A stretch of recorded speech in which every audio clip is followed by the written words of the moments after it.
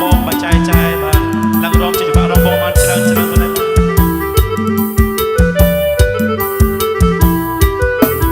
ែវាបងសំស្រូវមួយលៃអីណាប្តីសំឡាញ់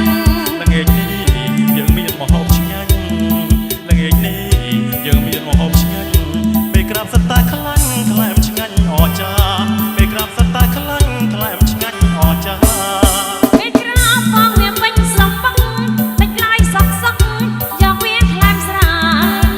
ស្រវឹងឆាប់ផឹងឡូឡាពេលស្រវឹងឆាប់ផឹងឡូឡាប្រតិចផ្ដាសាវាយប្រពន្ធកូនប្រតិចផ្ដាសាវាយប្រពន្ធកូនបងស្រវឹងបងដឹងខ្លួនពេកបងរំទៅដេកណែហើយម៉ែអាអូនខ្លួនចាំងមិនចេះខ្មាំងកូនខ្លួនចាំងមិនចេះខ្មាំងកូនចៅចិត្តមួយផ្លោតទៅឲ្យលោកប្តីចៅចិត្តមួយផ្លោតទៅឲ្យលោកប្តីមួយឆ្នាំសុំសប្បាយតែម្ដងដាច់លោយនួនអងមិនឲ្យបងមួយលើអីទោះមួយតៅបើមិនថាអីទោះមួយតៅបើមិនថាអី